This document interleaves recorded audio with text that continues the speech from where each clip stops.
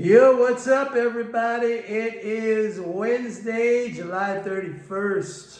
That's it, man. We're into August already. So a lot happened today, man. It was a wild day. I try to stay removed from the daily craziness. I try to float above that, kind of stay with the big picture in my head and focus on the process, like what I need to do.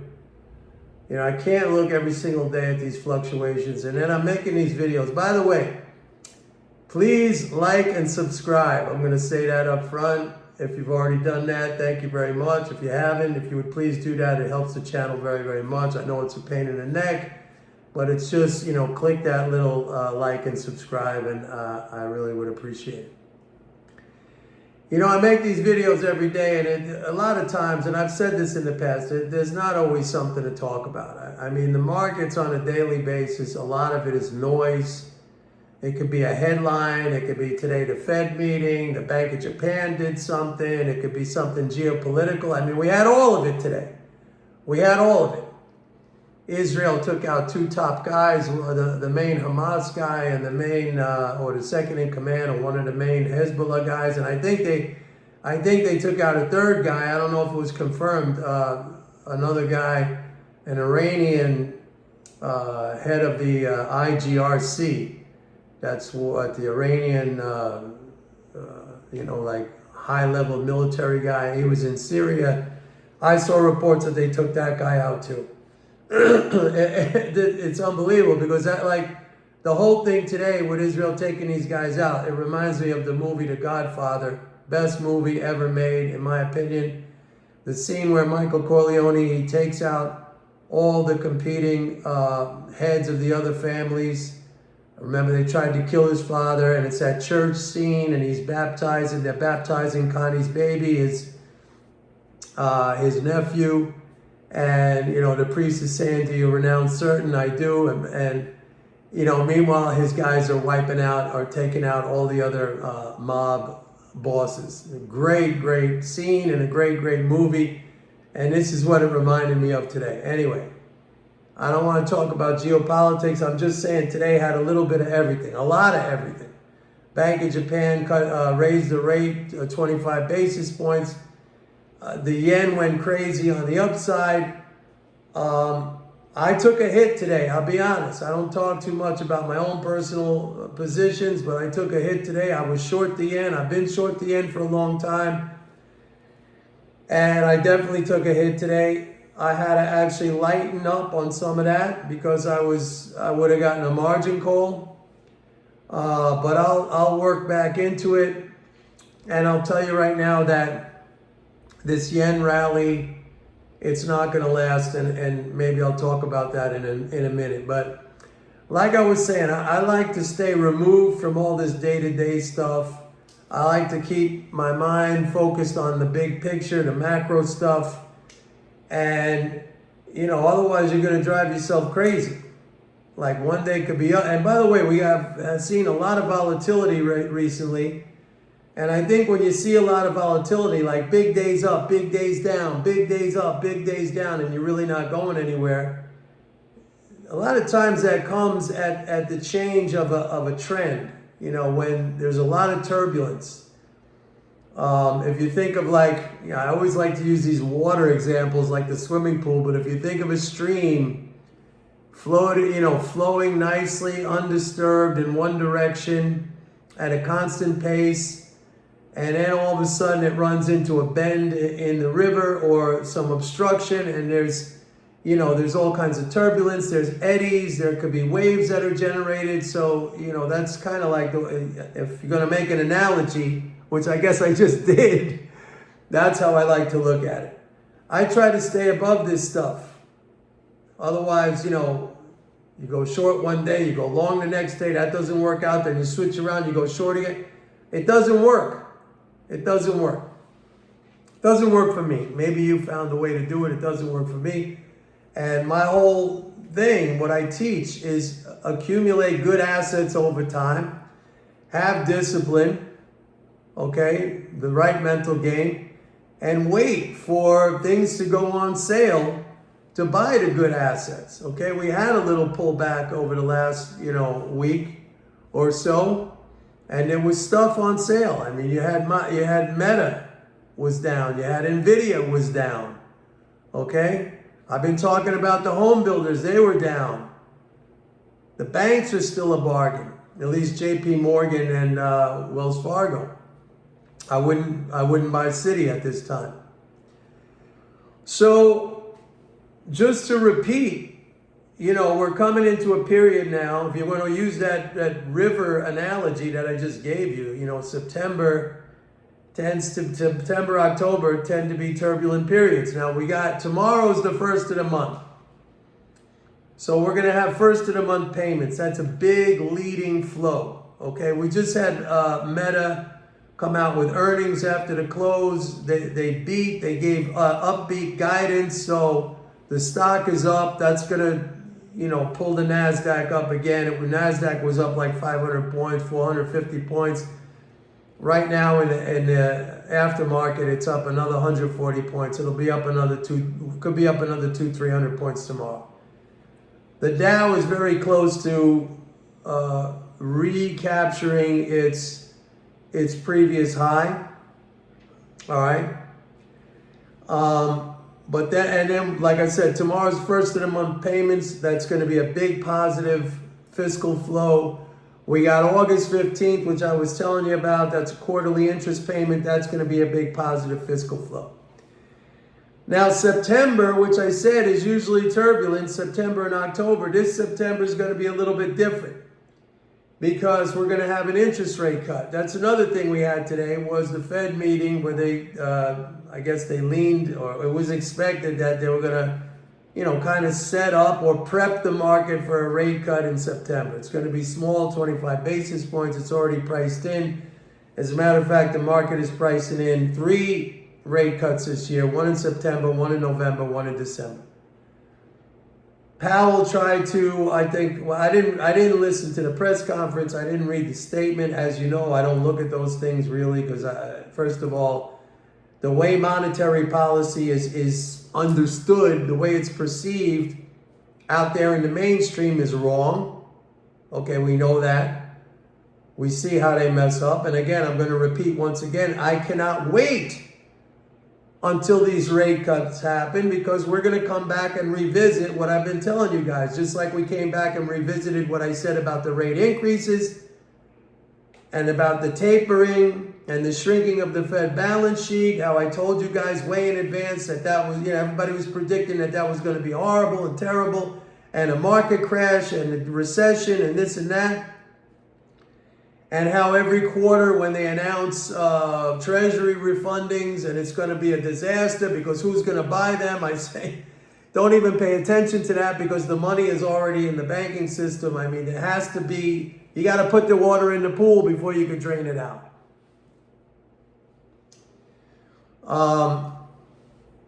So September is going to be a little bit different because we're going to have the rate cut. All right. And there is an actual, I guess you could call it a mathematical impact to financial assets from rate adjustments. When you cut the rates, it increases the value of future cash flow, okay? And the stock financial assets reflect that. Just when you when you raise the rates, the initial reaction when they started raising rates in 2022, you had a sell-off because it discounted future cash flow, and the stocks reflected that. This is the opposite. The thing is, I think a lot of that is already priced in.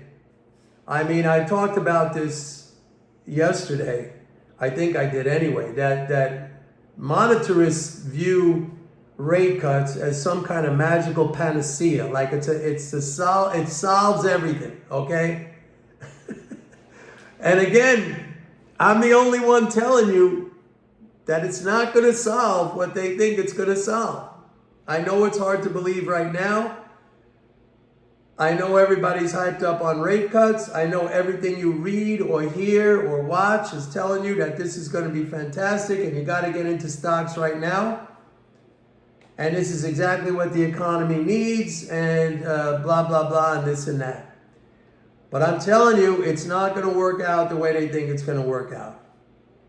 All right? So if I'm looking from my macro perspective, I see the second half of the year going into, the fall and towards the end of into the November, December, as starting to get a little sketchy for the market.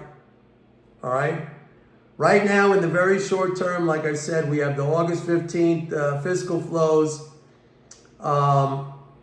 and we have that rate cut in September. By the way, we have a tax drain. I forgot to mention that. We have a tax drain in September.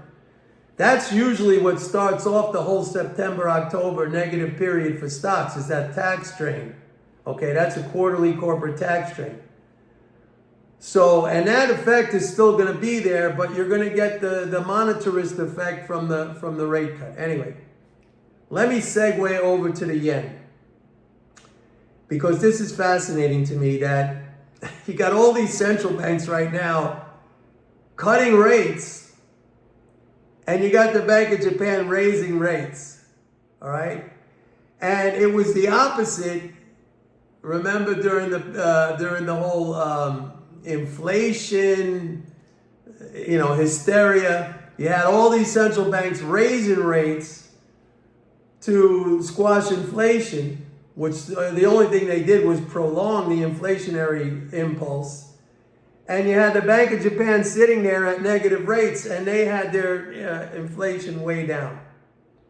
So today you had a big rally in the yen, and when I look at this, I'm like, okay, so then the Bank of Japan raised their rate up to 25 basis points. Whoopee, 0.25%.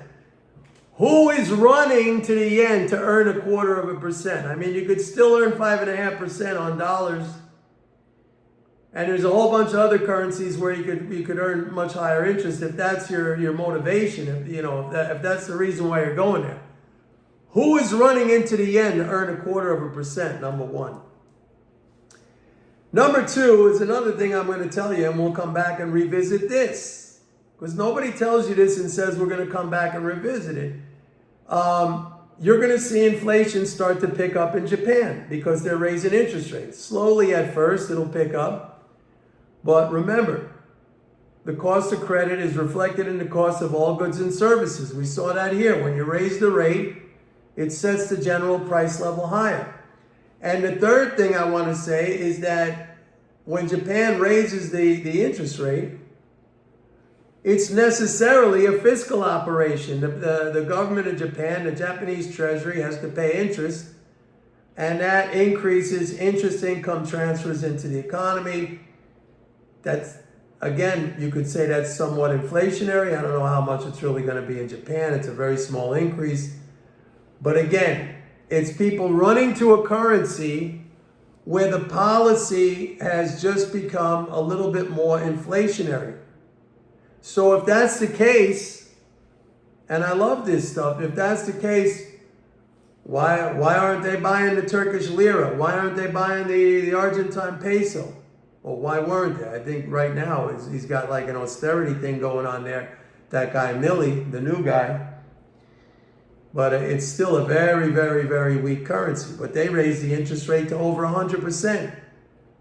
Did that help? Every time they raised it, the currency went down more and the inflation got worse.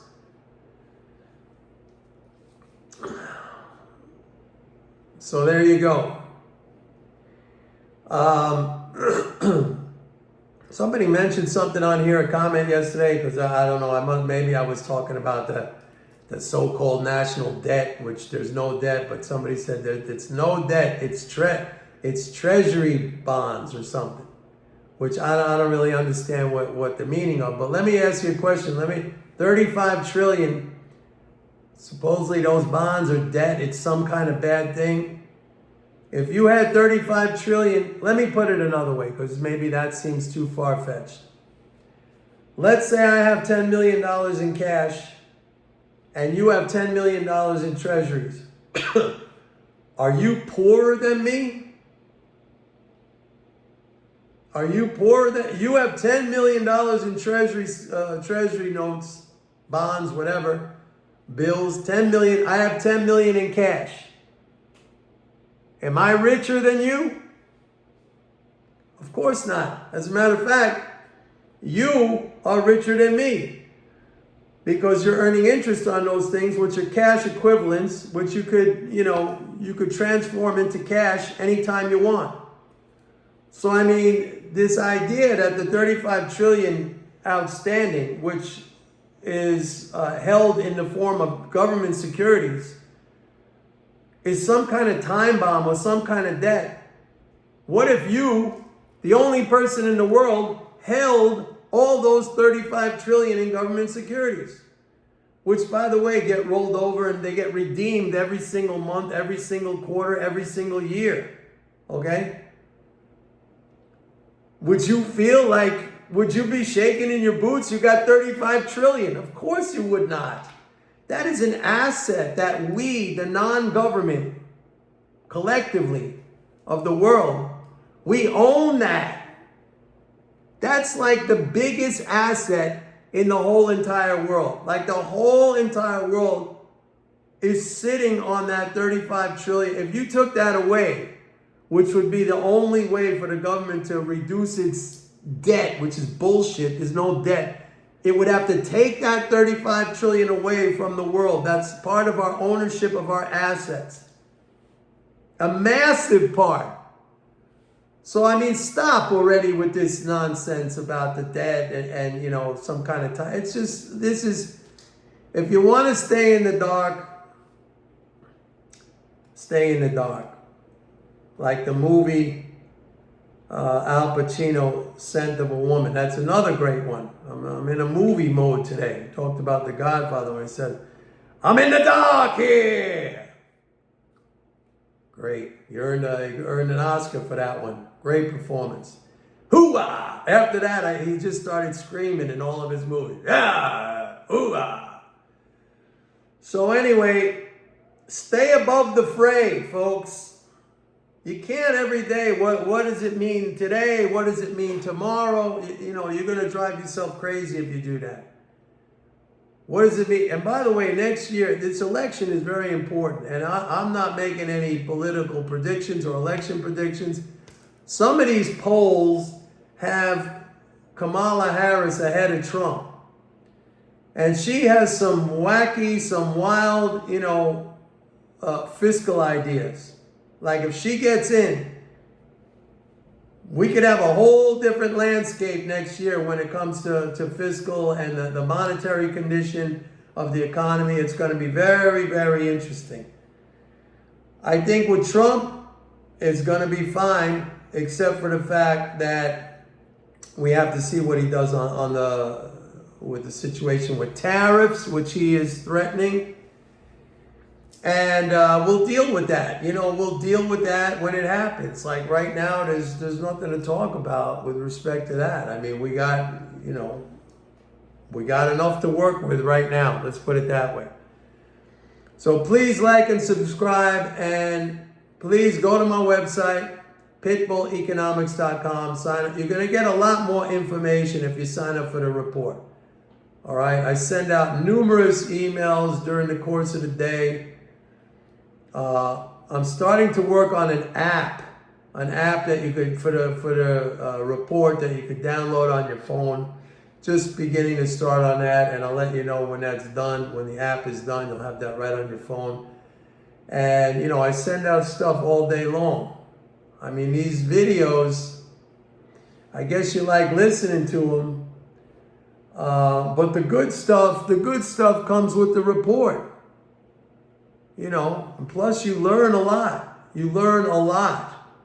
And that's the key. I've said that so many times. It's about information. It's about education. It's about understanding. That puts you way ahead of the game. It puts you ahead of all these other, forget it. You're way ahead of Wall Street. Way ahead of Wall Street. And don't think these guys, I've said this so many times. I've been on Wall Street many years. Don't think they're so smart. What they're good at, I'll tell you what they're good at. You want to know what they're good at? They're good at raising money. And they make money off of the money they raise. They don't make money because they're savvy and smart as investors. No. They either make money off the money they raise, well, they do absolutely that, and they put together deals that build in a profit margin for themselves. And I don't blame them, because every business does that. It doesn't have to be in the financial business. If you run a retail store, your pricing builds in a profit, okay? If you run any kind of business, that's called capitalism. So I don't blame them for that. But if you think that there's some kind of, and I spoke many times about these algo trading shops, like Citadel, Ken Griffin. This guy is now, I read a thing where he's putting together the most valuable real estate portfolio of any person in the world. He just bought a thing in the south of France for like 190 million. He's got a whole bunch of stuff down in Miami. Like, his whole business is front running orders. Now, he was very savvy as a businessman setting that up, okay? I don't know how he did it. I'm just a guy here investing for myself. I don't know how he did it.